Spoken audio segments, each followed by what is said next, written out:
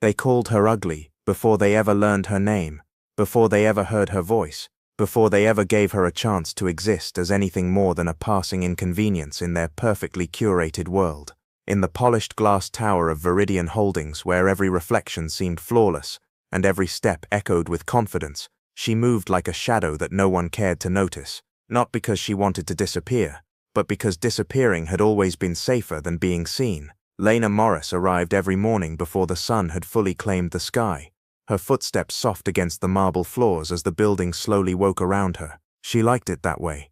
The quiet, the stillness, the illusion that for a brief moment, the world belonged to her before it was taken over by louder voices and sharper eyes. Her reflection in the elevator mirror never surprised her. It never changed. Messy curls that refused to behave, thick glasses that slid down her nose no matter how many times she adjusted them, and clothes chosen more for comfort than attention. Neutral tones, oversized cardigans, shoes that had long lost their shine. No one greeted her when she walked in. No one ever did. The receptionist barely looked up anymore, her polite smile reserved for people who mattered. Lena didn't blame her. She had learned early in life that people only saw what they were trained to value, and she had never fit into that category. Not in school, not in college, and certainly not here, in a place where appearances were currency and confidence was power. Her desk sat in the least desirable corner of the office, tucked between a humming printer and a wall that carried the faint smell of cleaning chemicals. It wasn't meant for someone who mattered. It was meant for someone temporary, someone forgettable, someone like her. She placed her bag down gently, careful not to disturb the stack of papers already waiting for her, and powered on her computer. The screen lit up slowly, and with it came the familiar flood of emails that weren't really meant for her. Forwarded tasks, minor requests, invisible responsibilities. "Morning, Ghost," a voice called out behind her. Lena didn't need to turn around to know who it was. Ethan Cole, confident, loud, the kind of man who filled every room he entered without even trying. She forced a small smile anyway, the kind that never quite reached her eyes.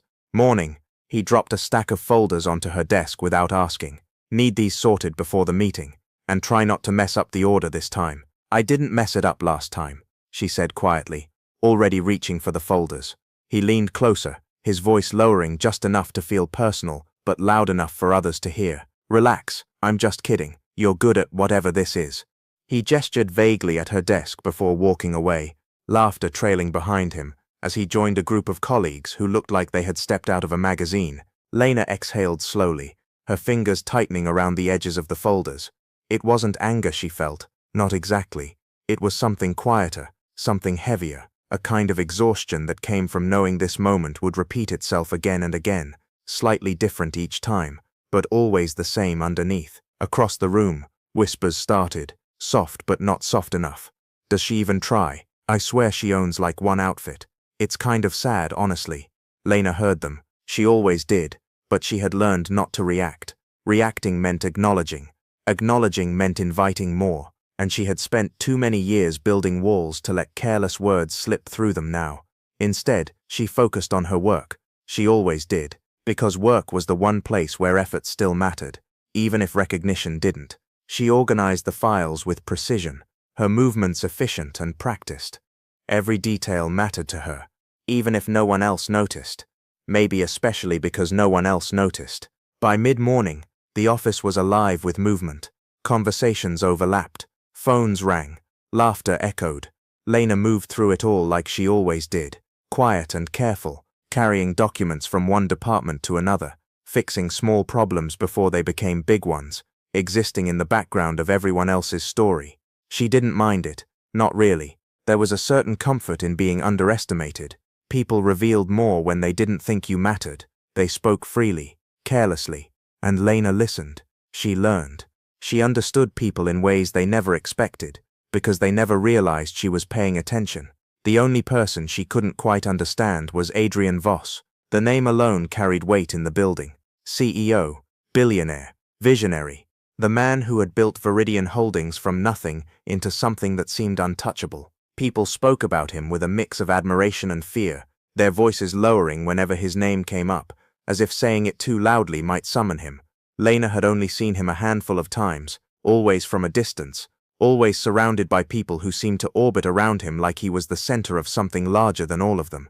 He was tall, composed, and impossibly controlled, every movement deliberate, every expression measured. But there was something else too, something quieter, a kind of stillness that didn't feel peaceful. It felt heavy, like he was carrying something no one else could see. She had noticed it the first time she saw him, standing near the glass walls of the top floor, looking out at the city like it owed him answers it refused to give.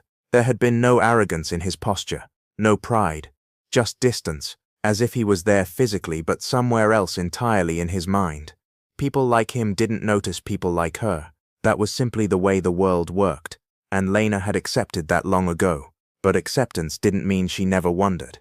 It was just another day, another routine, another series of small, invisible moments that blended into each other until they felt like one continuous stretch of time. Lena moved through it all with the same quiet determination, her focus steady, her presence barely acknowledged, until everything shifted. It happened in the elevator. She was running late, not late in a way that would get her into trouble, but late enough to make her uneasy. She balanced a stack of documents against her chest, her bag slipping slightly off her shoulder as she hurried toward the elevator. Her mind raced through everything she still needed to do, every detail she couldn't afford to overlook. The doors opened, and she stepped inside without looking. Then she froze. Adrian Voss stood alone in the elevator, his presence filling the space in a way that felt almost tangible. He didn't look up immediately. His attention was on his phone, his expression unreadable, his posture relaxed but controlled. Lena's heart skipped, her instincts telling her to step back, to wait for the next elevator, to avoid this moment entirely. But before she could move, his hand reached out, stopping the doors from closing. "Coming in or leaving?" he asked, his voice calm, neutral, but carrying an authority that made the question feel like more than just a question. Yes, sorry," she stammered, stepping fully inside. The doors closed behind her with a soft sound that felt louder than it should have. Silence settled between them. Lena focused on her breathing, on keeping the documents steady in her arms, on not drawing attention to herself. The elevator felt smaller now, the air heavier, every second stretching longer than it should. Then the elevator jolted. It wasn't dramatic, just enough to throw off her balance. But it was enough. The documents slipped, papers scattered across the floor like a sudden storm, her careful organization unraveling in an instant. She dropped to her knees immediately, her cheeks burning with embarrassment as she reached for the nearest page. "I'm so sorry," she murmured, even though she wasn't sure why she was apologizing. For a brief moment, there was only silence. Then movement. She looked up. Adrian Voss had crouched beside her. The moment felt unreal, out of place, like something that wasn't supposed to happen in a world where lines were so clearly drawn. He picked up a sheet of paper, glancing at it briefly before handing it to her. "You're going to run out of apologies if you keep using them for things like gravity," he said, his tone dry, almost amused. Lena blinked, caught off guard. This is a mess," he offered. She nodded weakly. "Yes." He picked up another page, aligning it neatly with the others. "Then we fix it." She stared at him, her thoughts scrambling to catch up with what was happening. This wasn't how this was supposed to go. He wasn't supposed to notice her, let alone help her. "You don't have to," she started. "I know," he interrupted calmly. "I'm choosing to." The simplicity of the statement settled over her in a way she couldn't quite explain. They worked in silence for a moment, the tension easing slightly as the papers came back together, order slowly replacing chaos. "You work here?" he asked suddenly. "Yes," she replied, then immediately winced at how obvious that sounded. "I mean intern, communications." He nodded once, as if filing the information away. "Name?" "Lena." He handed her the last sheet, his gaze meeting hers briefly. "Lena," he repeated, as if testing how it felt. The elevator chimed softly. The doors opened. He stood, straightening his jacket with a small, practiced movement.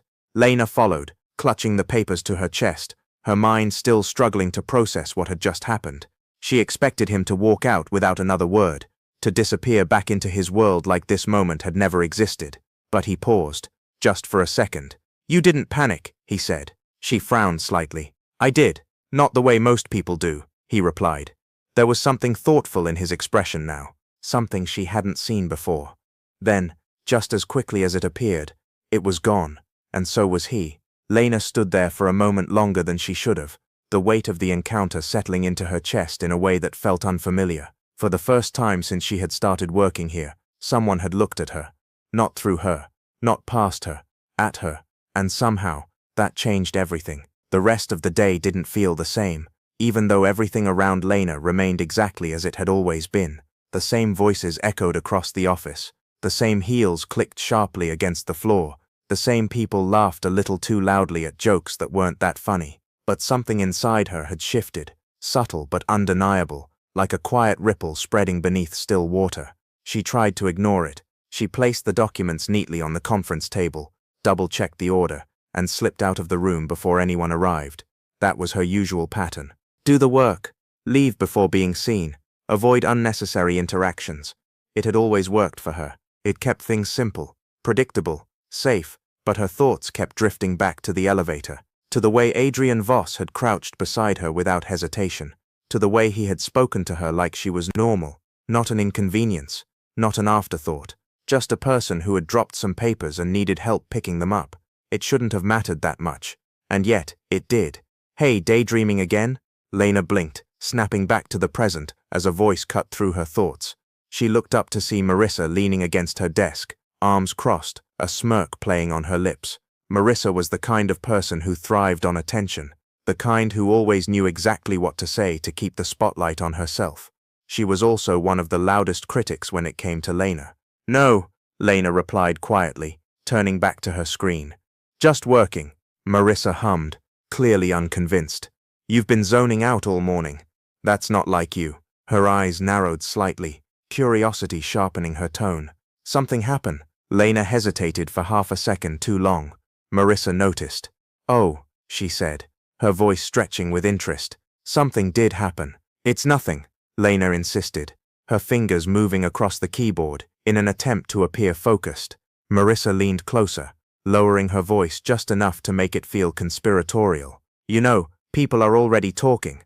Lena's hands paused. Talking about what? She asked, even though part of her already knew the answer.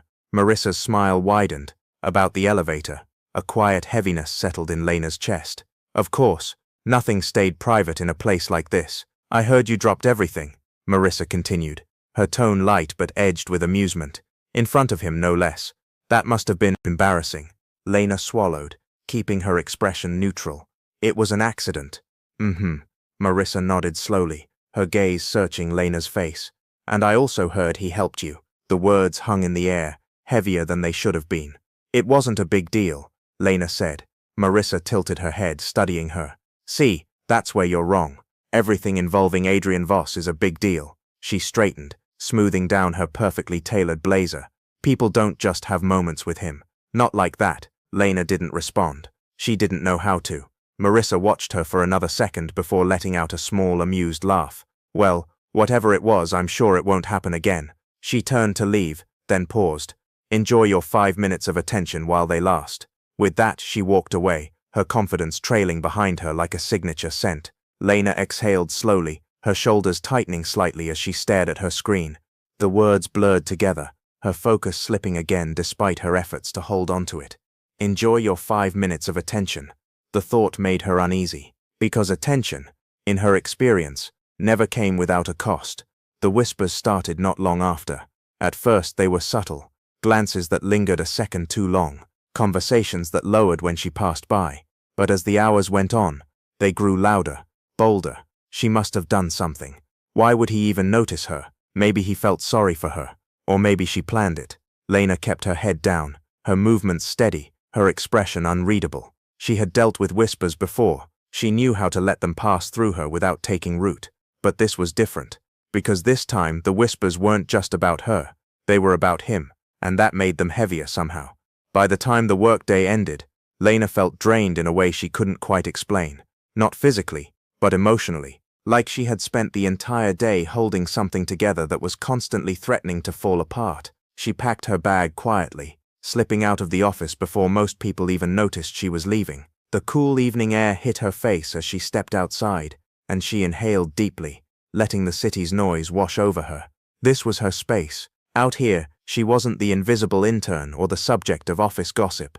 She was just another person moving through the world, unnoticed and unjudged, and she preferred it that way. The next morning, things only got worse. Lena felt it the moment she walked into the building. The energy had shifted. People were watching her, not openly, not blatantly, but enough for her to notice. Conversations paused when she passed. Eyes followed her a little longer than usual. Even the receptionist, who had barely acknowledged her existence for weeks, gave her a quick, curious glance. It was unsettling. She moved quickly to her desk, hoping to disappear into her work before anyone decided to approach her. But the moment she sat down, a notification popped up on her screen. An email from Adrian Voss. Her breath caught. For a second, she just stared at it, her mind refusing to process what she was seeing. Then, slowly, she clicked it open. Lena, prepare a detailed analysis on the Kessler acquisition. I want your perspective. Bring it directly to my office at 8:30 tomorrow morning. AV. She read it once, then again, and again. Her heart started beating faster, her thoughts racing. Her perspective. Not just a task, not just busy work. Her perspective. Why do you look like you just saw a ghost? Lena flinched slightly, looking up to see Ethan standing beside her desk, his usual confidence softened by curiosity. It's nothing, she said quickly, minimizing the email. Doesn't look like nothing, he replied, leaning slightly to glance at her screen. Before he could see anything, she closed the window. Just work, she added. Ethan studied her for a moment, then shrugged. Well, try not to mess it up, he smirked, but there was less bite in his tone this time. Wouldn't want your new fan to be disappointed. Lena frowned slightly. What do you mean? He raised an eyebrow. Come on, Lena. You really think people didn't notice yesterday? He gestured vaguely toward the office. You're kind of trending right now. The word made her stomach twist. Trending, like she was a topic, a story, something to be discussed and dissected. She didn't like it. I just have work to do, she said, turning back to her screen. Ethan held up his hands in mock surrender.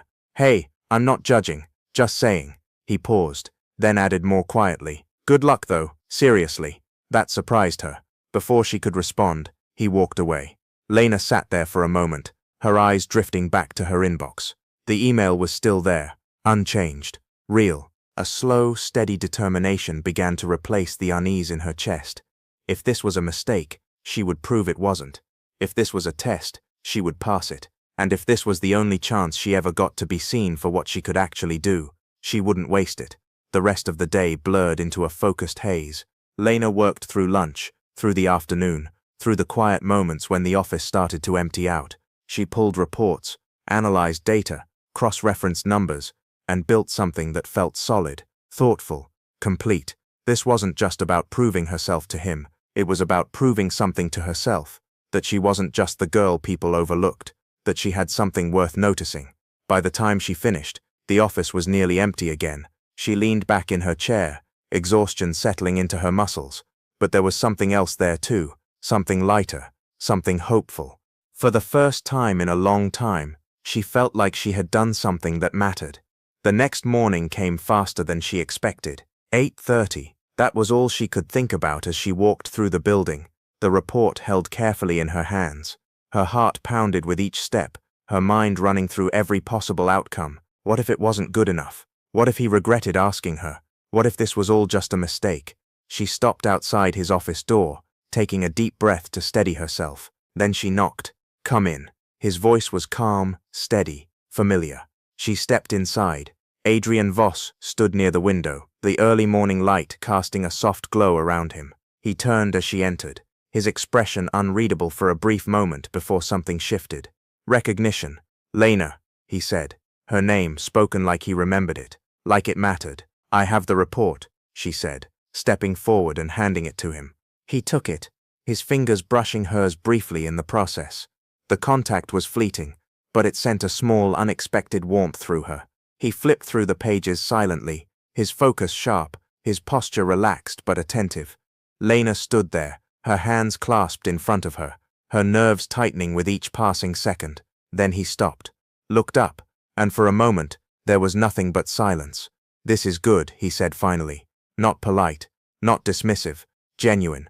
Her breath caught. Actually, he continued, closing the report and meeting her gaze, it's better than good. Something in her chest shifted again, stronger this time. You didn't just summarize the data, he added. You understood it. Lena blinked, unsure how to respond. Most people don't, he said. The weight of his words settled over her, heavy but steady. For the first time, it didn't feel like she was invisible. For the first time, someone had seen her work, and meant it. Lena wasn't sure how long she stood there after he said it, only that something inside her refused to settle back into the quiet, invisible place it had lived in for so long. His words echoed in her mind, not loud, not overwhelming, but steady in a way that felt unfamiliar, real, better than good. No one had ever said that to her before, not like that, not without hesitation or surprise, not as if they had expected it all along.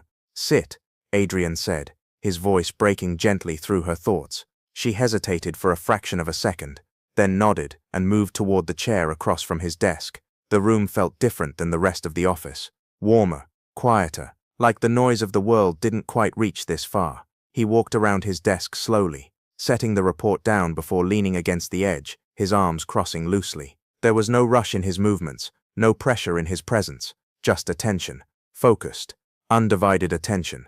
You've been here how long? He asked. 3 months, Lena replied softly. He nodded once, as if confirming something in his mind. And no one thought to give you something like this before? She shook her head slightly. I mostly handle support tasks. His jaw tightened, just enough for her to notice. That's a waste. The word landed heavier than she expected. Not because it was harsh, but because it was true.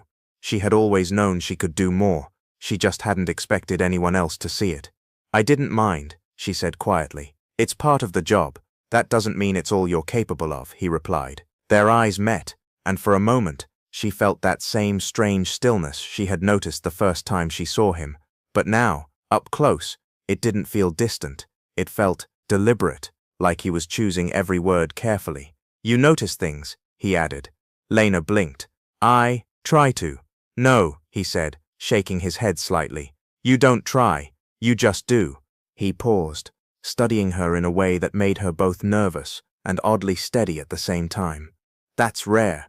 Her fingers tightened slightly in her lap. Compliments made her uncomfortable, not because she didn't want them, but because she didn't know what to do with them when they came. Thank you, she said, her voice barely above a whisper. He didn't respond immediately. Instead, he pushed off the desk and walked back toward the window, his gaze drifting over the city below. For a moment, the distance returned, subtle but noticeable. I built this company by paying attention to things other people ignored, he said after a pause. Patterns, gaps, risks no one else saw coming. His tone was calm, but there was something heavier beneath it. It's the only way to stay ahead. Lena listened quietly, unsure if he was speaking to her or simply thinking out loud. But somewhere along the way, he continued, people stopped expecting me to notice anything outside of business. He turned slightly, his eyes finding hers again. They assume I don't see anything else. The words lingered in the air between them, carrying more meaning than they appeared to on the surface. Lena swallowed, her voice careful. Do you? A small pause. Then, sometimes, there was honesty in the answer. Not complete, not revealing everything, but enough to feel real. Lena nodded slowly, absorbing it. The silence that followed wasn't uncomfortable. It was quiet in a way that allowed thoughts to settle instead of scatter. You can go, he said eventually, his tone softer now. She stood, her movements steady despite the storm of thoughts in her mind. Thank you for the opportunity. It wasn't an opportunity, he replied. It was a decision. She hesitated at the door, glancing back at him. What kind of decision? He held her gaze for a moment, something unreadable flickering in his eyes. The kind that changes things, he said simply. Lena didn't know how to respond to that, so she didn't. She nodded once and stepped out of the office, the door closing quietly behind her. The moment she re-entered the main floor, the difference hit her immediately. People were watching her again, but this time, it felt different. Not just curiosity, something else, something sharper. Look who's back, Marissa's voice cut through the air, her tone laced with something that sounded almost like disbelief. How was your little meeting? Lena kept walking, her posture straight, her expression calm. It was fine, just fine. Marissa raised an eyebrow, falling into step beside her. You disappear into his office for 20 minutes, and all you have to say is fine. Lena stopped at her desk, setting her bag down carefully. It was work. Marissa let out a short laugh. Right, Of course it was. The implication hung in the air, unspoken but clear. Lena felt the familiar weight of judgment pressing against her. But this time, it didn't settle the way it used to. Because this time, she knew something they didn't. She knew why she had been called in, and it had nothing to do with rumors. "I have things to do," Lena said, turning on her computer. Marissa studied her for a moment longer, clearly expecting more, then shrugged.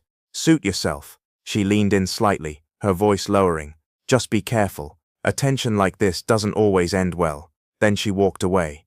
Lena exhaled slowly, her hands resting on the keyboard as she stared at the screen. Attention like this doesn't always end well. The words echoed in her mind, but instead of fear, they sparked something else. Determination. She wasn't going to let this turn into something ugly. Not if she could help it. She focused on her work, letting the familiar rhythm ground her. Emails, reports, small tasks that filled the gaps between larger ones. It was the same as always, but she approached it differently now, with more intention, more awareness, because now she knew she was being watched, not just by the people who doubted her, but by someone who expected more from her. The shift didn't go unnoticed. By lunchtime, the whispers had changed. "They say he asked for her specifically." "No way. I saw the email. She's not even qualified." "Then why her?" Lena heard every word, but instead of shrinking under them, she kept working. Because for once, she had something stronger than their opinions. She had proof. The afternoon passed more quickly than she expected. Tasks flowed into each other, her focus sharper than it had been in weeks. She barely noticed the time until her computer chimed softly, signaling the end of the workday. She blinked, glancing at the clock. Later than usual, she packed her things slowly, her mind still turning over everything that had happened. The meeting, the whispers, the shift in how people looked at her. It was overwhelming, but not in a bad way, just different. As she stood to leave, a voice stopped her. "Lena!" She turned. Ethan stood a few feet away, his usual confidence replaced with something more uncertain. "Hey," he said, rubbing the back of his neck. "I heard you had a meeting with Voss." She nodded slightly. "Yeah." He hesitated, then let out a small breath. "That's impressive." She raised an eyebrow. "Yesterday you said not to mess it up." A faint smile tugged at his lips. "Yeah, well, I didn't think you'd actually impress him." The honesty caught her off guard. "I didn't know if I would either," she admitted. Ethan studied her for a moment, then nodded. "Well, you did." He paused, then added, "Just don't let them get to you." She followed his gaze briefly, noticing a few people watching them from across the room. "I won't," she said. He nodded again, then stepped back. "Good. See you tomorrow." "See you." Lena left the office feeling lighter than she had that morning. Not because everything was suddenly perfect, but because something had shifted. And for once, it wasn't something she needed to hide from. That night, sleep didn't come easily. Her mind replayed the day over and over. Every word, every glance, every small moment that had felt bigger than it should have. She wasn't used to this kind of attention, this kind of change. It unsettled her, even as it gave her something she hadn't felt in a long time: hope. The next few days passed in a blur of quiet progress and growing tension. Adrian didn't call her in again immediately, but she felt his presence in smaller ways. Emails asking for her input, tasks that required more thought, more analysis, work that mattered, and every time she delivered, he responded. Not with unnecessary praise, but with acknowledgement. Clear, direct, real. It was enough. But the office wasn't as forgiving. The whispers didn't stop. If anything, they grew louder. "She's definitely getting special treatment. There's no way this is just about work. People like her don't just get noticed like that." Lena heard it all, and for the first time she didn't let it define her, because she knew something they didn't. She knew what it felt like to sit across from him, to be seen for what she could do, not what she looked like. She knew the difference between attention built on assumptions and recognition built on truth, and that difference mattered more than anything they could say. Still, the tension built, because attention, even the kind she wanted, came with consequences, and she could feel them getting closer, like a storm that hadn't quite reached her yet, but was already darkening the sky. She didn't know when it would break, but she knew it would, and when it did, everything would change again. The storm didn't arrive all at once. It built slowly, quietly, in the spaces between conversations, in the glances that lingered too long, in the silence that followed her wherever she went. Lena could feel it even when nothing was said, like pressure in the air before rain. It started with small things. Tasks she used to receive without question were suddenly reassigned. Conversations she approached would shift the moment she got close. Laughter would pause, then resume in a different tone, softer but sharper, like it carried meaning just beneath the surface. She told herself it didn't matter. She had work, real work now, and that was enough, or at least it should have been. Busy again? Lena looked up to see Marissa leaning against her desk, her expression carefully neutral this time, though there was something colder beneath it. Yes, Lena replied simply. Marissa nodded slowly, her eyes flicking to the screen. Of course you are. You've been very important lately. The word felt deliberate. Lena didn't respond. Marissa stepped closer, lowering her voice. You know, people are starting to ask questions. What kind of questions? Lena asked, even though she already knew. The kind that don't have easy answers, Marissa said. Like why an intern suddenly has direct access to the CEO. Lena held her gaze, steady and calm. Because he asked for my work. Marissa's lips curved slightly. Is that what you think this is? It's what I know, Lena replied. For a brief moment, something flickered in Marissa's expression. Not amusement, not mockery, something sharper. Then it was gone. Well, she said lightly, straightening up. Just be careful. People don't like things they don't understand. With that, she walked away. Lena exhaled slowly, her fingers tightening around the edge of her desk. People don't like things they don't understand. She knew that better than most, but she also knew she couldn't let that stop her now. Not when she had come this far. The day dragged on, heavier than usual. Every interaction felt slightly off, slightly strained, like the balance she had quietly maintained for months was starting to tilt. By late afternoon, Lena needed air. She stepped out onto the small terrace on the 24th floor, the city stretching endlessly below her. The wind was cool, brushing against her face, clearing some of the noise from her mind. For a moment, she closed her eyes, just breathed. You come up here to think. Her eyes opened immediately. Adrian stood a few feet away, his presence as steady as ever, though there was something softer in his posture than usual, less guarded. I didn't know anyone else came up here, Lena said. I don't, he replied. Usually. The word lingered. Usually. Lena turned slightly, resting her hands against the railing. It's quiet, he nodded. That's why I like it. They stood in silence for a moment, the city humming below them, distant but constant. You've been avoiding me, he said suddenly. The words caught her off guard. I haven't, she said quickly, then hesitated. I just didn't think you needed anything else from me. He studied her, his gaze steady. And if I did, her heart picked up slightly. Then you would ask.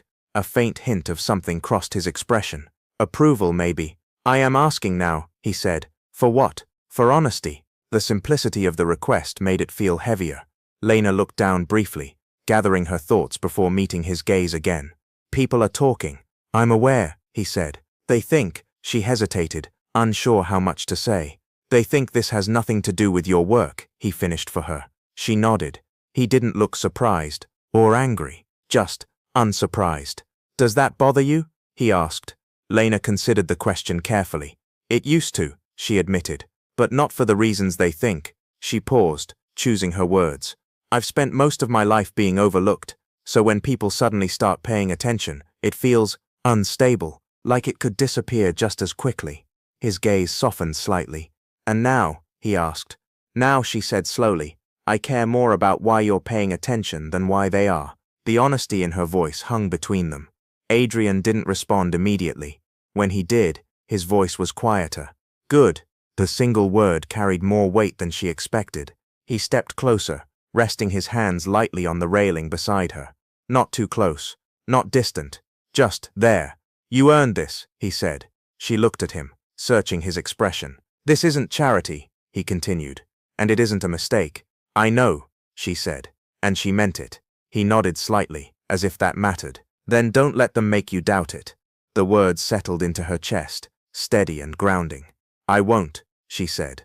For a moment, neither of them spoke. The silence felt different this time. Not empty, full. You see things, he said after a while. You've said that before, she replied softly. And you keep proving me right.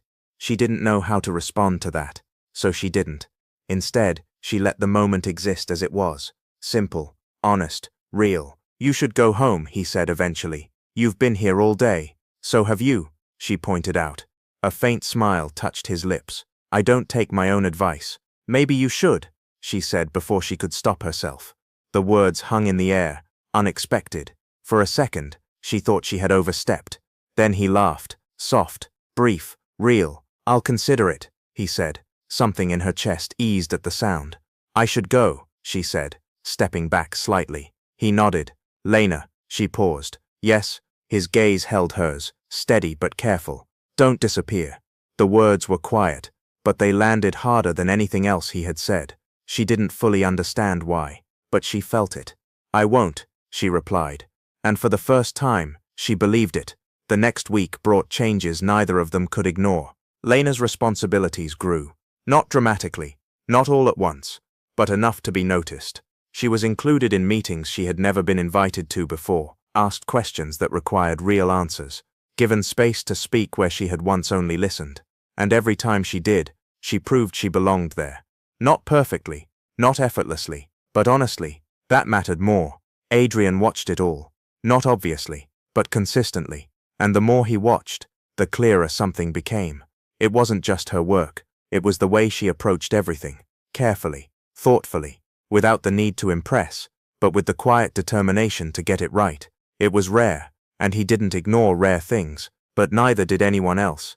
The tension in the office reached a breaking point the morning everything finally spilled over. It started in the conference room, a routine meeting, or at least, it was supposed to be. Lena sat at the far end of the table, her notebook open, her posture straight but reserved.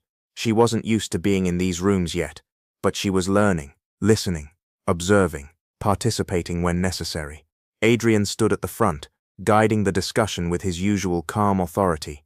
The room followed him effortlessly, every word carrying weight, until Marissa spoke. I have a question, she said, her tone polite but edged. Adrian nodded. Go ahead. Her eyes flicked briefly toward Lena before returning to him. I'm just trying to understand the recent changes in task distribution. The room shifted slightly, subtle, but noticeable. What specifically? Adrian asked. Marissa smiled faintly. Well, for example, why certain responsibilities are being assigned to less experienced members of the team. The implication was clear. Lena felt it immediately. So did everyone else. Adrian's expression didn't change. Are you questioning the assignments? He asked calmly. I'm questioning the criteria, Marissa replied. We have people here with years of experience, and yet decisions are being influenced by someone who's been here for a few months. Silence followed, heavy, expectant. Lena's chest tightened, but she didn't move, didn't speak. She didn't need to, because this wasn't her place to defend. It was his. Adrian's gaze shifted briefly to Lena, then back to Marissa. Experience matters, he said, but it's not the only factor. Marissa's smile thinned. Of course, but it should count for something. It does, he replied, just not more than competence. The word landed like a quiet udah. The room stilled. Marissa's expression flickered, just for a second. Then she recovered. I see, she said. So this is about competence. It's always about competence, Adrian said. The finality in his tone left no room for further argument. The meeting moved on, but the tension didn't disappear. It shifted, settled, waited. Lena sat quietly, her mind steady despite the storm around her. Because for the first time, someone had said what she never could, and meant it. After the meeting, the office did what offices always do when something important has happened, but no one is brave enough to say it out loud. It pretended nothing had happened at all. Chairs rolled back into place, laptops opened, coffee cups were lifted, keys tapped. Yet beneath the surface, the tension remained, charged and restless, moving silently from one desk to another, like an electrical current, searching for somewhere to land. Lena returned to her workstation with her notebook clutched against her chest, her face calm even though her pulse had not fully settled. She had spent years learning how to protect herself by becoming unreadable. It was one of the few advantages of being overlooked. People assumed that silence meant weakness, when really it often meant control. Still, this felt different. Adrian had not simply redirected the room. He had chosen a side in front of everyone. He had drawn a line, and even if he had done it in the clean, restrained language of business, everyone understood what it meant. For the rest of the morning, no one approached her directly. That alone told her how much the ground had shifted. Usually someone found a reason to hand her an unnecessary task or make a passing comment dressed up as humor. Now there was distance, caution, a kind of forced politeness that somehow felt stranger than open cruelty. At noon, an internal message flashed on her screen. "Come to my office when you're free." No signature was necessary. Lena stared at the words for a moment, then closed the report she had been reviewing. Her reflection flickered faintly in the dark edge of the monitor. Glasses slightly crooked, hair loosening from the clip at the back of her head. The same face people had mocked. The same face he seemed able to look at without flinching. She still did not know what to do with that. She rose and made her way toward the executive floor, feeling eyes follow her, and then quickly dart away. The hallway outside Adrian's office was quiet, thickly carpeted, insulated from the noise of the rest of the building. When she knocked, his voice answered almost immediately. "Come in." He was standing near the bookshelf this time, jacket off, sleeves rolled once at the forearm, a file open in his hand. He looked up when she entered, and the severity in his expression eased just slightly. "You wanted to see me?" she asked. He closed the file and set it aside. "I did." Lena remained near the door, unsure whether to sit or wait. Adrian noticed. "You can sit, Lena. This isn't an interrogation." A tiny breath of relief escaped her before she could stop it. She crossed the room and took the chair opposite his desk. He moved to sit as well, but instead of settling behind the desk, he chose the chair angled beside hers, leaving a respectful distance between them. It was a small decision, yet it changed the entire feeling of the room. "I wanted to make sure you were all right," he said. The question caught her off guard. "After the meeting," he nodded. She searched his face, trying to determine whether this was courtesy, responsibility, or something else she still did not have a name for. "I'm fine," she said at last. Then, because something in his gaze invited honesty, she added, "A little embarrassed, but fine. You have nothing to be embarrassed about." "I know that logically," she said. "That doesn't always stop the feeling." His mouth curved faintly, not quite a smile.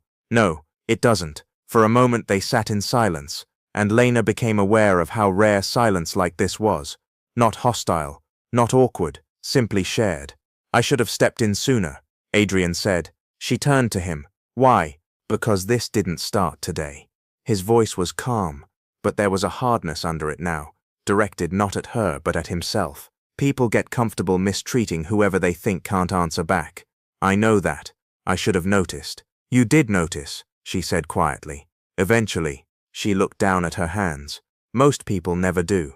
That seemed to reach him more deeply than she intended. His gaze lowered for a brief second, thoughtful, almost pained. When he spoke again, his voice had softened. "You make that sound normal. For me it was." He leaned back slightly, studying her. "Who taught you that?" The question was so direct that she almost deflected it. Almost. But there was something about the way he asked that made it hard to hide behind her usual answers. "Life, I guess," she said. "School, foster homes, the general public." She attempted a small smile, but it faded quickly. People can be creative when they decide what someone is worth before that person says a word. Adrian's expression changed then, the controlled distance cracking just enough to reveal something sharp underneath. Not pity. He was too careful for that. This was anger, quiet, contained anger, and you learn to accept it. I learned to survive it. He held her gaze for a long moment. "That isn't the same thing." "No," she admitted, "but it can look similar from the outside." Something passed between them then, not dramatic, not even fully spoken, but clear. He understood more than she expected. Not everything, perhaps, but enough to make the room feel smaller. "I didn't bring you in here to talk about office politics," he said after a pause. "There's another reason." Lena straightened slightly. "All right. We're presenting to the Kessler board on Friday. I want you in the room." Her eyes widened before she could hide it. "Me? I'm an intern. You're also the person who identified 3 weaknesses in their expansion model that my senior team missed. That doesn't mean I should be in the room." "It means exactly that." She opened her mouth, then closed it. Anxiety moved through her in a cold, quick wave. "They won't want me there." Adrian's tone sharpened, not at her but around the edges of the statement. "That isn't their decision." She looked away, trying to steady her breathing. "You make it sound simple." "It isn't simple," he said. "It's necessary." Lena laughed once, softly and without humor. "You really don't do things halfway, do you?" "No," he said. "Neither do you." The answer settled over her. So did the awareness that he had been watching closely enough to know that. What exactly would I be doing? She asked. When the discussion turns to market instability, you'll explain your analysis. In front of the board. In front of the board. She let out a slow breath. You trust me that much? He did not answer immediately. When he did, his voice was low and certain. Yes. There was no performance in it. No strategic encouragement. Just truth. Lena felt her throat tighten unexpectedly. She looked down before he could notice. That's a dangerous amount of faith to place in someone. It would be, he said, if it were misplaced. She had no reply to that. He stood then and crossed to the cabinet near the window, returning with 2 glasses of water. He offered one to her, and she took it gratefully, more for something to do with her hands than from thirst. You're thinking about every way this can go wrong, he said. She gave him a surprised look. Is it that obvious? To me, yes. She traced the rim of the glass with her thumb. I'm not used to being given chances where failure would be so public. Then consider this your first. That's supposed to make me feel better? It's supposed to remind you that fear doesn't mean you're unqualified. He sat back down, his eyes steady on hers. It means it matters. Lena let his words settle. Outside the windows, the city stretched under a pale afternoon sky, all steel and movement and restless ambition. Somewhere below, people hurried through streets and crossed intersections and disappeared into lives that had nothing to do with hers.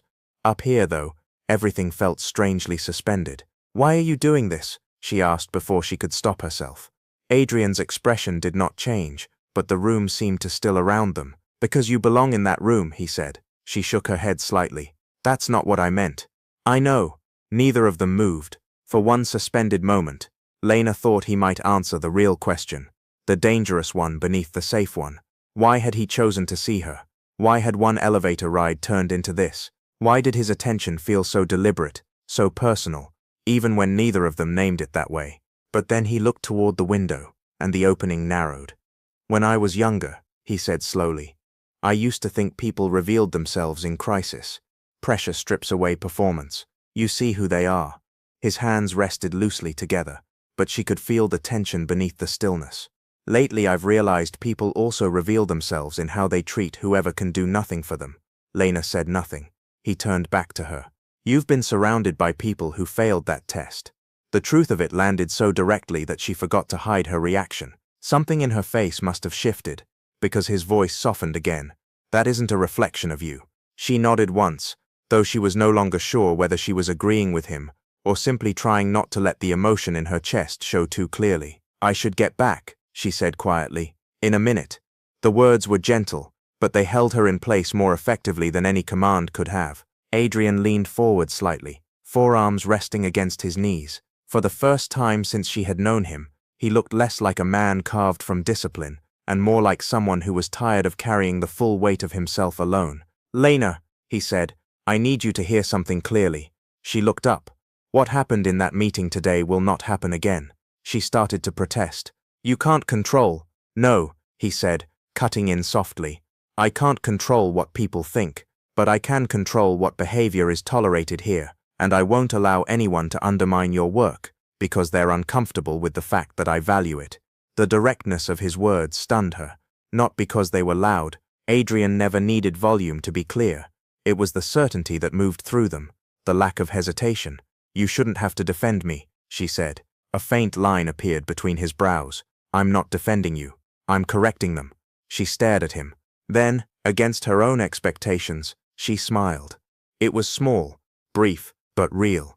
His eyes lingered on it for half a heartbeat too long. There, he said, the edges of his voice changing. That happens too rarely. Her smile faded into something more self-conscious. I'm not really known for that. They're missing out. The words were simple, but they struck somewhere unguarded inside her. She looked away, suddenly aware of the warmth rising in her face. He noticed. Of course he noticed. Yet instead of pushing the moment further, he stood and moved back toward the safer distance of the desk. Take the rest of the afternoon if you need it, he said. I don't need it. No, he replied, almost to himself. You probably don't. Lena rose, setting the empty glass on the side table. I'll be ready for Friday. I know. She moved toward the door, then paused with her hand on the handle. Adrian? The use of his first name slipped out before she had time to reconsider it. She felt the air change the instant it left her mouth. He turned slowly. Yes, thank you, she said. It was inadequate, far too small for everything she meant, but it was all she had, for seeing what I could do before anyone else did. Something unreadable moved across his face, not surprise, something quieter, something deeper. You're welcome, he said. She stepped out before she could say anything more dangerous. By the time Friday arrived, the entire office knew she would be in the Kessler presentation. No one said it openly, but the atmosphere was full of brittle disbelief. Some people avoided her entirely. Others overcompensated with sudden politeness. A few simply watched, waiting for the moment she would fail and restore the world to the order they preferred. Lena felt all of it, but she carried it differently now, not because she was fearless. She wasn't. Her stomach had been tight since dawn, her thoughts moving too quickly beneath the calm expression she wore. But beneath the nerves, there was something stronger than panic. There was purpose. At 9:10, she stood outside the boardroom in a charcoal dress she had bought years ago for a university event and never expected to wear again. It was plain, professional, and slightly too modest for the polished world around her, but it fit well, and more importantly, it felt like hers. Her hair was pinned back more carefully than usual, though a few curls had already escaped. Her glasses remained. She had considered taking them off and immediately hated herself for considering it. The door opened behind her. Adrian stepped out. He wore a dark suit and the same composure he always wore before high-stakes meetings. Yet when he saw her, something in his expression softened into unmistakable approval. "You're early," he said. "So are you. I'm always early." "I know." A quiet pause followed. Then his gaze moved over her, not in a way that made her feel examined, but in a way that made her feel recognized. "You look ready." She gave a small breath of laughter. "That's generous. It's accurate." Her pulse steadied just enough for her to meet his eyes. "I'm nervous." "Good," he said. "It means you care. That seems to be your answer for everything. Only the important things." Before she could respond, voices sounded from inside the room. The meeting was about to begin. Adrian held the door open for her, and this time, when Lena stepped forward, she did not feel like someone entering a room where she had to apologize for existing. She felt like someone who had finally decided to stay. The boardroom was colder than the rest of the building, not in temperature, but in atmosphere. The walls were lined with glass and pale stone, the long black table polished to the point of reflection, every chair already occupied by someone who looked expensive, experienced, and entirely convinced of their own importance. Lena felt their attention land on her the moment she entered. It was quick, assessing, and unmistakably skeptical. She kept her face composed. Adrian moved beside her with the kind of quiet authority that made people sit straighter without knowing they were doing it. He greeted the Kessler board with calm precision, shaking hands, exchanging brief comments, never once looking uncertain. Yet even in the controlled rhythm of introductions, Lena noticed something small but important. He did not leave her behind. He did not let her drift into the background as a forgotten assistant or a note-taker who happened to be in the room. He introduced her by name. He identified her as the analyst, whose market review had informed the revised strategy. The words were clean and simple, but they changed everything. A few expressions shifted. Not warm, not welcoming, but attentive. Lena took her seat and opened her folder, forcing her breathing into something steady. She had prepared for this. She knew the numbers, the vulnerabilities, the trends no one else had bothered to follow all the way to their conclusion. Knowledge was not the problem. The problem was the room, the weight of polished expectation, the old instinct telling her to become smaller before anyone had a chance to cut her down. Across the table, an older man in a navy suit glanced at her over steepled fingers. "You're very young," he said, not unkindly, but not kindly either. Before Lena could answer, Adrian did. "Competence doesn't age at the same pace as people do, Richard." A few people gave restrained smiles. The man, Richard, inclined his head as if conceding the point without entirely accepting it. Lena felt a flicker of gratitude and annoyance at the same time. She did not want rescuing, but she also knew what Adrian had done. He had ended the conversation before it became about anything other than substance. The presentation began. For the first 20 minutes, Adrian led. He moved through revenue projections, acquisition pathways, and risk management models with the same controlled intensity she had come to associate with him. He never raised his voice. He never repeated himself. He simply spoke as though the world had already decided to listen, and so it did. Lena watched the board as much as she watched him, Some were engaged, some were cautious. One woman near the far end kept making notes without expression. Richard leaned back with the air of a man waiting to be convinced. Then the conversation shifted to the expansion model. Adrian closed one folder and looked toward Lena. It was a small movement, almost invisible, yet it changed the air in the room. "Lena," he said, "walk them through the instability points you flagged." Every eye turned to her. For one suspended second, the old fear surged up hard enough to make her hands feel cold. Then training, habit, and pride aligned. She opened her notes, lifted her gaze and began. She kept her voice level. She did not rush. She explained the weaknesses in the Southern Corridor rollout, the overdependence on short-term consumer optimism, the flawed assumptions behind regional retention. She connected each point to broader patterns in labor volatility and pricing behavior, building the argument one layer at a time until the numbers became a story no one in the room could ignore. The first interruption came 3 minutes in. "But that forecast assumes a consumer contraction that hasn't happened yet," Richard said. Lena nodded. "Yes, because the indicators suggest it will. We're not planning for the quarter we want. We're planning for the market we're actually entering." A quiet silence followed. She continued. Another board member leaned forward. "What makes you so confident the model is that fragile?" She met his gaze. "Because it depends on 3 best-case conditions holding at once. In my experience, when a strategy only works under ideal pressure, it doesn't work. It survives luck. That's not the same thing." Someone at the far end murmured. "That's true." Adrian said nothing. He didn't need to. He just watched her with that steady attention that made her feel both exposed and oddly safe at the same time. By the time she finished, the room had changed. Not completely. Skepticism did not dissolve that fast, but it had shifted into something more useful. Respect. Not generosity. Not surprise disguised as praise. Actual respect. The woman who had been taking notes without expression finally looked up. "Your revised retention model," she said. "Did you build that independently?" "Yes," Lena answered. "Why weren't we shown it before?" No one spoke. Then Adrian replied, his voice even. "Because no one asked the right person soon enough." The line landed exactly where it needed to. The meeting continued for another hour. Questions came harder now, more detailed, less performative. Lena answered when necessary, and stayed quiet when it was not her place. She did not try to prove more than she knew. She did not overtalk. She let precision do the work for her. By the end, the board was no longer looking at her like an unexpected guest. They were looking at her like a factor. When the final documents were gathered and the formalities began to loosen, Richard approached her first. "You were right to push back on the rollout," he said. Lena blinked, caught slightly off guard. "Thank you." He gave a short nod. "Most people your age mistake confidence for speed. You didn't." His gaze sharpened with something resembling approval. "Don't lose that." Then he moved away. It was such a small exchange, but it stayed with her. Not because she needed his validation, but because she knew how hard won it had been. The room emptied gradually. Chairs scraped back. Papers were tucked away. Hands were shaken again. Adrian was pulled into a conversation near the door, surrounded for a moment by people who wanted a final word with him. Lena gathered her notes quietly, her pulse only now beginning to come down from the edge it had lived on for the past 90 minutes.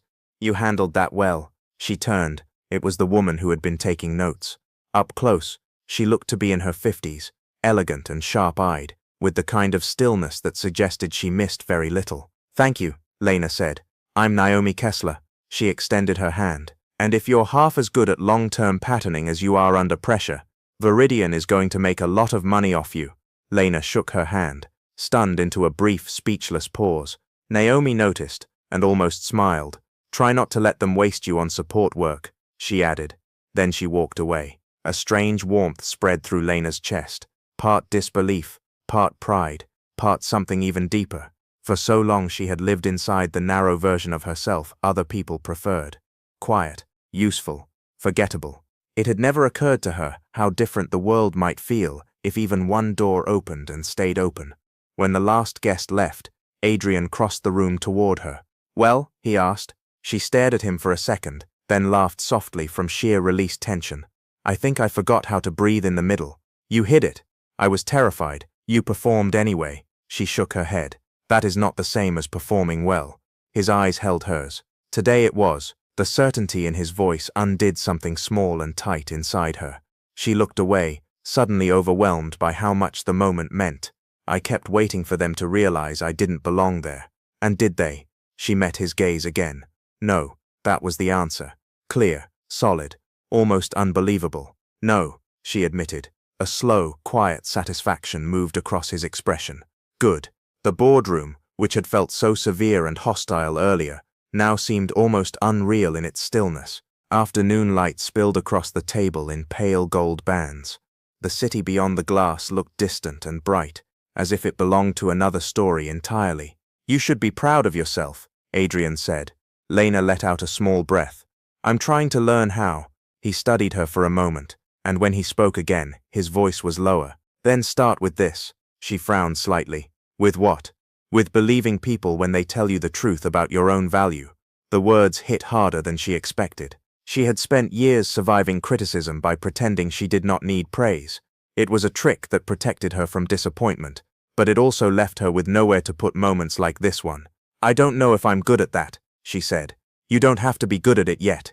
The gentleness in the answer made her chest ache in a way that felt dangerous. They walked out together, leaving the boardroom behind.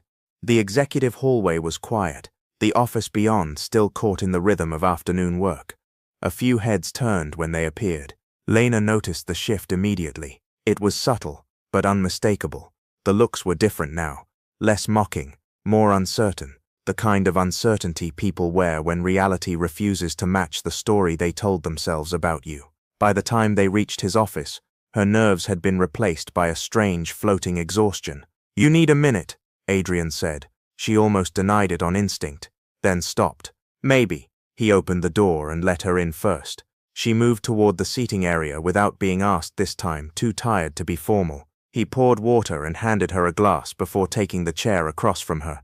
For a little while neither of them spoke. Lena drank slowly, letting the silence settle around her like something soft. Finally she said, When you looked at me in there before I started talking, it helped. Adrian's gaze lifted. I knew that if I lost my place, she continued carefully, you wouldn't look embarrassed that you chose me. Something changed in his face then, something quiet and almost unguarded. I wouldn't have been. I know, she said. That's why it helped. He leaned back slightly, still watching her. Do you always say the most direct thing in the room when you're tired? She smiled faintly. Only by accident. I'm starting to think there's very little accidental about you. Her eyes dropped to the glass in her hands. The room felt warmer than it had earlier, or maybe she was simply more aware of him now, of the way his voice changed when it was just the two of them, of how carefully he noticed things, of how impossible it was becoming to pretend this was only about work, only about opportunity, only about one person recognizing another person's talent. The danger of it sat between them, unnamed but present, and still, neither of them stepped back. After that afternoon, the office could not go back to what it had been before. The old order had cracked too publicly, and everyone who had spent months pretending Lena was unimportant now had to live with the fact that the room had listened when she spoke. No one said it outright, but the shift showed itself in small humiliations of a different kind. People who once laughed too loudly near her desk lowered their voices when she passed. Requests came with pleas attached. Doors were held open. Her name was remembered. None of it felt like kindness. It felt like adjustment, the awkward scramble of people trying to rewrite themselves before they were judged by the same eyes that had finally noticed her. Lena accepted the change carefully, as if sudden respect might still turn out to be another kind of trap. She did not become louder. She did not dress differently. She did not try to perform confidence for people who had never earned the right to see it. She simply worked. And because she worked well, the days began to organize themselves around the truth people had resisted. When she spoke in meetings, others took notes. When she flagged concerns, senior staff checked the numbers twice. It was not a miracle. It was not even revenge. It was competence, made visible at last, and that was somehow more satisfying than any dramatic apology could have been. Still, one thing did not settle. Adrian. If anything, success only made him harder to ignore. Before, he had existed at a distance that protected her from having to ask dangerous questions. Now he was part of her days in direct, undeniable ways. Messages arrived with requests for her opinion, not just her assistance. Meetings included her because he wanted them to. More unsettling than any of that was how easily they had begun to understand each other in the brief pauses between work, the quiet conversations after long afternoons, the moments when his expression softened before his words did. She had spent years teaching herself not to want what she could not safely keep. That lesson was beginning to fail her. The Friday after the Kessler meeting, Viridian hosted a winter benefit for one of its education charities. It was the kind of event the company loved, full of chandeliers, strategic donations, smiling press photos, and expensive sincerity. Lena would never have expected to attend, but an invitation arrived on thick cream paper near the end of the workday, with a single note written by hand beneath the printed details. "Come, there is something I want to tell you. A.V." She read it 3 times, then slipped it into her bag before anyone nearby could notice the tremor in her hands. The note followed her home like a pulse. She told herself it was probably about work, perhaps a formal offer, perhaps another project. But the handwriting, the single word, the private gravity of it, refused to feel professional. She almost did not go. She stood in her apartment with 2 dresses on the bed, both old, both simple, and felt the familiar voice of self-doubt trying to pull her back into safety. In the end, she chose a dark green dress with a high neckline and long sleeves, elegant only because it fit her well and made no attempt to turn her into someone else. She let her curls fall loose. She kept her glasses. When she reached the hotel ballroom and stepped through the gold-framed doors, the light struck everything at once: crystal, silk, polished marble, and faces trained to measure worth in a single glance. Some people did glance at her. A few even stared. Then Adrian looked up from across the room, and every other gaze lost its force. He crossed the ballroom without hesitation. Not quickly, not theatrically, but with the same composed certainty he carried into boardrooms and negotiations. Yet there was nothing corporate in his face when he stopped in front of her. His eyes moved over her once, gently, almost reverently, and she felt heat rise to her cheeks before he said a word. "You came," he said, as if part of him had not been sure. "You asked," she answered. Something softened in him at that. He offered his arm, and after the smallest pause, she placed her hand against his sleeve. The music, the voices, the 100 quiet judgments around them all blurred as he guided her toward the center of the room. They danced once, then kept dancing after the song changed.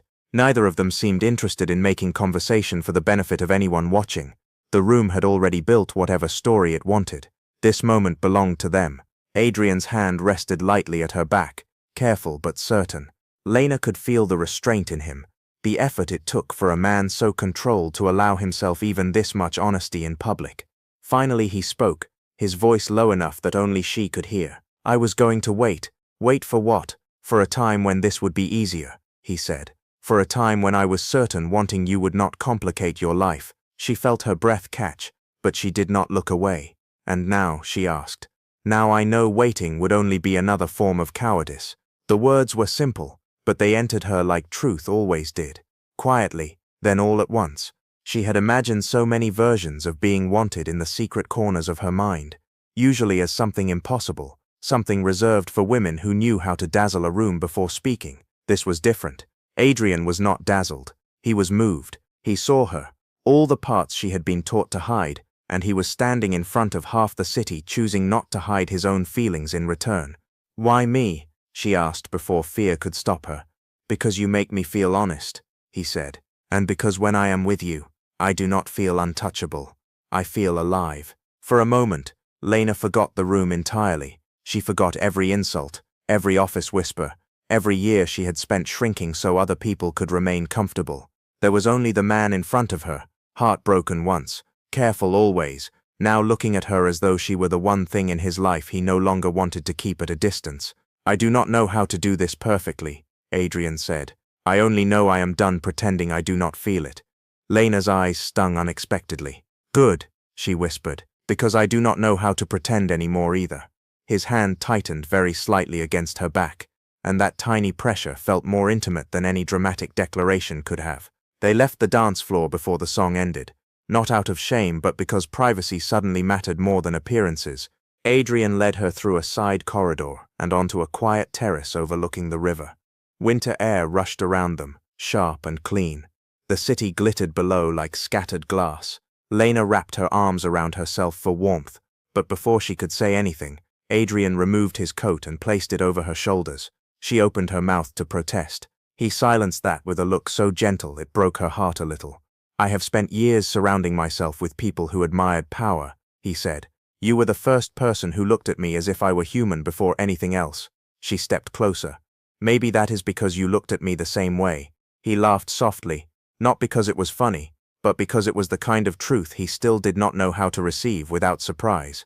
Then his expression changed. Lena, he said, more serious now, if this becomes difficult for you, if the office turns crueler, if being near me costs you something you cannot afford, tell me, and I will step back. The offer was sincere, and because it was sincere, she loved him a little for making it. But she shook her head. You still think the danger is you, she said. Adrian said nothing. She reached up and touched his face, lightly, almost carefully, as if giving him time to retreat. He did not move. The danger was always what happened when people decided I was easy to dismiss, she said.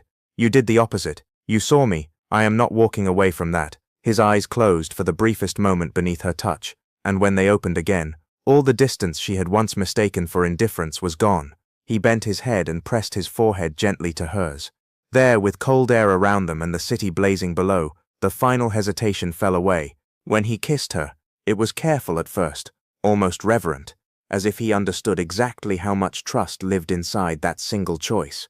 Lena answered without fear, every cruel word she had ever survived, every lonely night, every moment of making herself small so the world would not punish her for taking up space, seemed to loosen and drift away in his arms.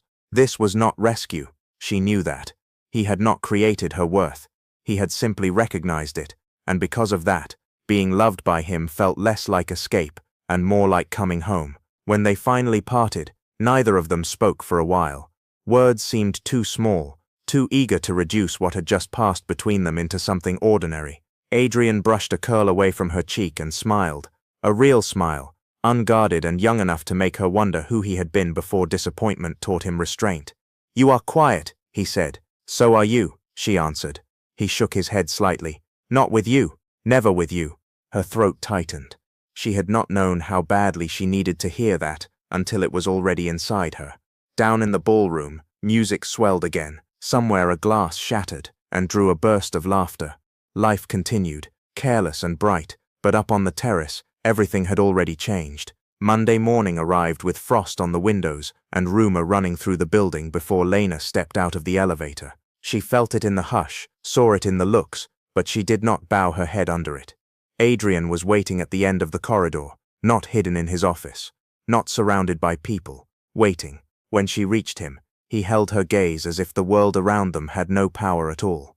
Good morning, he said. The words were ordinary. The look in his eyes was not. Good morning, she answered.